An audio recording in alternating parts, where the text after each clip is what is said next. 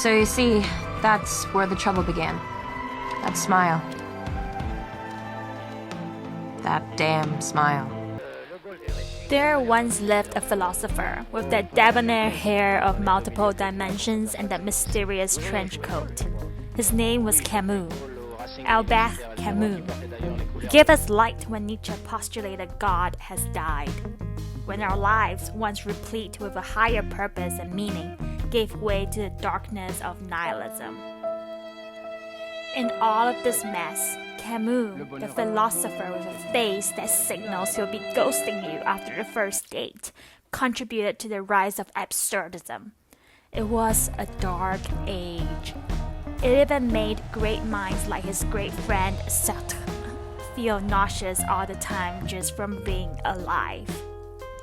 Camus was a great man who really seemed to know what it means to be alive, or at least how we should be living when life is devoid of meaning.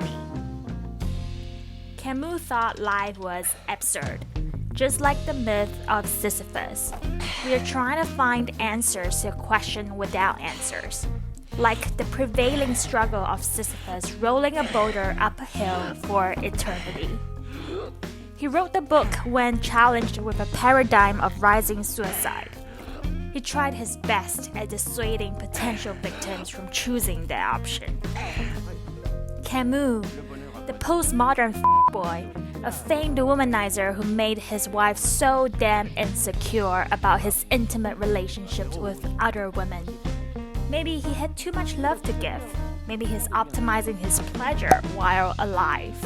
Maybe he is really living true to his philosophy and living life to the fullest.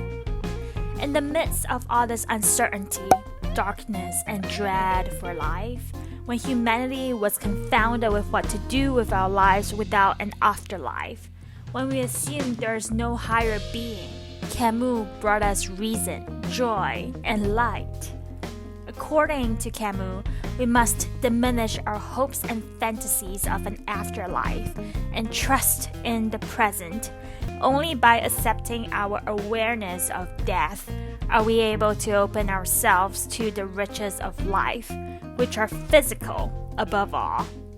Why does this sound just like what a f***boy would say? We must revolt against life.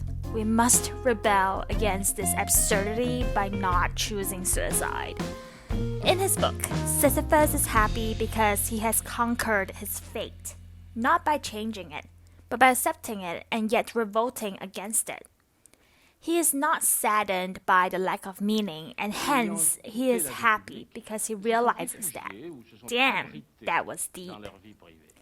Just as in life, Camus is full of contradictions.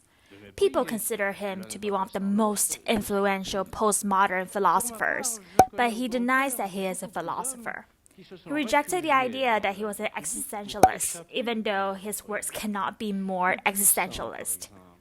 Camus was deliberately ambivalent about philosophy, like a boy being as ambivalent about committing. Life is often full of contradictions. Men are also full of contradictions. Just like how when people are depressed with the lack of real intrinsic meaning in life, it is actually the hope they have for life that is the only reason capable of eliciting such disappointment. It is only when we hope for life to have a greater meaning that we are upset because we have found none. Then again, it is precisely because life is devoid of meaning that men are actually free. Ta-da!